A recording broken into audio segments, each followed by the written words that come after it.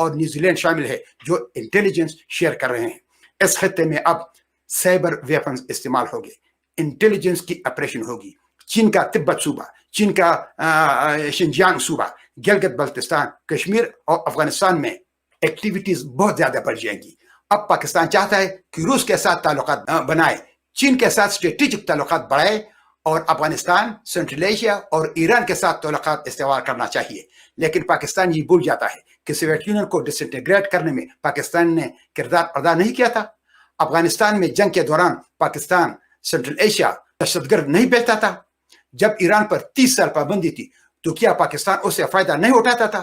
ابھی امریکہ کی دباؤ کی وجہ سے ایران سے گیس پائپ لائن کا منصوبہ پاکستان نے ترک نہیں کیا تھا, اور پاکستان نے افغانستان پر گزشتہ 40 سال سے جو غیر اعلانیہ جنگ مسلط کیا ہے تو کیا افغان قوم وہ بھول گئے ہیں؟ پاکستان کہتا ہے کہ انڈیا بالکل آئسولیٹ ہو چکا ہے, لیکن جب پاکستان کشمیر کے متعلق اقوام متحدہ اور OIC میں قرارداد لانا چاہتا تھا تو کوئی اس کے ساتھ کھڑا ہونے کے لیے تیار نہیں تھا, اور FATF میں منت سماجت کر کے 39 ممالک میں سے صرف 3 ممالک ٹرکی, ایران اور ملیشیا نے پاکستان کو بلیک لسٹ سے بچا لیا. سر آپ نے بتایا کہ سی پیک میں پنجاب سارا فائدہ اٹھا رہا ہے اور گروی رکھا ہے سندھ, بلوچستان اور KPK کو. اس پورے سیناریو میں ہم دیکھتے ہیں کہ اتنی بڑی بڑی پاورز کے یہاں پہ ڈیزائنز ہیں. پاکستان پنجاب جیسا ایک کمینہ خصلت پاور ہے, اس میں ان بیچارے 3 چھوٹے صوبوں کا کیا ہوگا؟ سندھ, بلوچستان اور KPK کا کیا مستقبل دیکھتے ہیں, کیا ہوگا ان کا؟ عارف بھائی, پاکستان ایک عجیب غیر فطری ملک ہے جس کے باؤنڈریز بھی غیر فطری ہیں. جب پاکستان بنا تو 3% مہاجر اپنی مدر لینڈ ہندوستان سے غداری کر کے پاکستان آئے, تو وہ اپنے ساتھ اردو زبان اور اردو کلچر بھی لائے, جو انہوں نے 97% انڈیجنس لوگوں پر مسلط کر دیا. پشتون, بلوچ اور سندھی ہزاروں سال پرانی تاریخ, اپنی زبان اور کلچر رکھتے ہیں, لیکن ان سے یہ سب کچھ چھین لیا گیا. جب پاکستان بنا تو کراچی دارالخلافہ تھا, تو کراچی سے صوبہ سرحد کو ایک خط آیا کہ جب تک پشتونوں کو ان کی زبان, تاریخ اور کلچر سے محروم نہیں کریں گے تو یہ پشتون پاکستانی نہیں بن سکتے. تو اسکولوں میں ہمیں پشتو نہیں سکھائی جاتی, ہم گھروں میں اپنی زبان خود سیکھتے ہیں. میں نے پشتو میں 3 کتابیں لکھی ہیں, لیکن میں نے ایک دن بھی اسکول میں پشتو نہیں سیکھا ہے. اور مشرقی پاکستان میں علیحدگی کی بنیاد اس دن رکھی گئی جب جناح نے 1948 میں ڈھاکہ میں انگلش میں اعلان کیا تھا کہ اردو پاکستان کی قومی زبان ہوگی, حالانکہ جناح کو خود بھی اردو نہیں آتی تھی. تاریخ اس بات کی گواہ ہے کہ جب باہر سے کوئی لوگ کہیں آ جائے تو اگر ان کی تعداد مقامی لوگوں سے زیادہ ہو تو پھر مقامی لوگ باہر سے آنے والے لوگوں کی زبان اور کلچر کو اڈاپٹ کرتے ہیں, اور اگر مہاجر لوگوں کی تعداد مقامی لوگوں سے کم ہو تو پھر وہی مہاجر لوگ مقامی لوگوں کی زبان اور کلچر کو اڈاپٹ کرتے ہیں. لیکن پاکستان میں معاملہ الٹ ہے, وہاں 3% لوگوں نے 97% مقامی لوگوں پر اپنی زبان اور کلچر کو مسلط کر دیا, جو ایک غیر فطری عمل ہے. تو اسی وجہ سے پاکستان 25 سال بھی سروائیو نہ کر سکا, اور آدھے سے زیادہ پاکستان بنگلہ دیش بن گیا, جبکہ further dish integration is around the corner.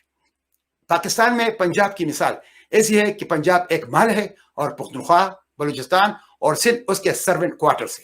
بس پنجاب محفوظ ہو اور پنجاب ترقی کرے, باقی صوبوں کی حالت جو بھی ہو تو پنجاب کو کوئی فرق نہیں پڑتا. یہی وجہ ہے کہ پنجاب کے علاوہ ہر صوبے میں پاکستان سے آزادی چاہنے والے تحریک آزادی زوروں پر ہیں.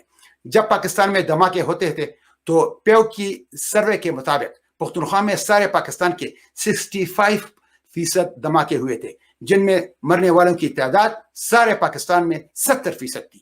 بلوچستان میں 20% دھماکے ہوئے تھے اور 23% لوگ مارے گئے تھے.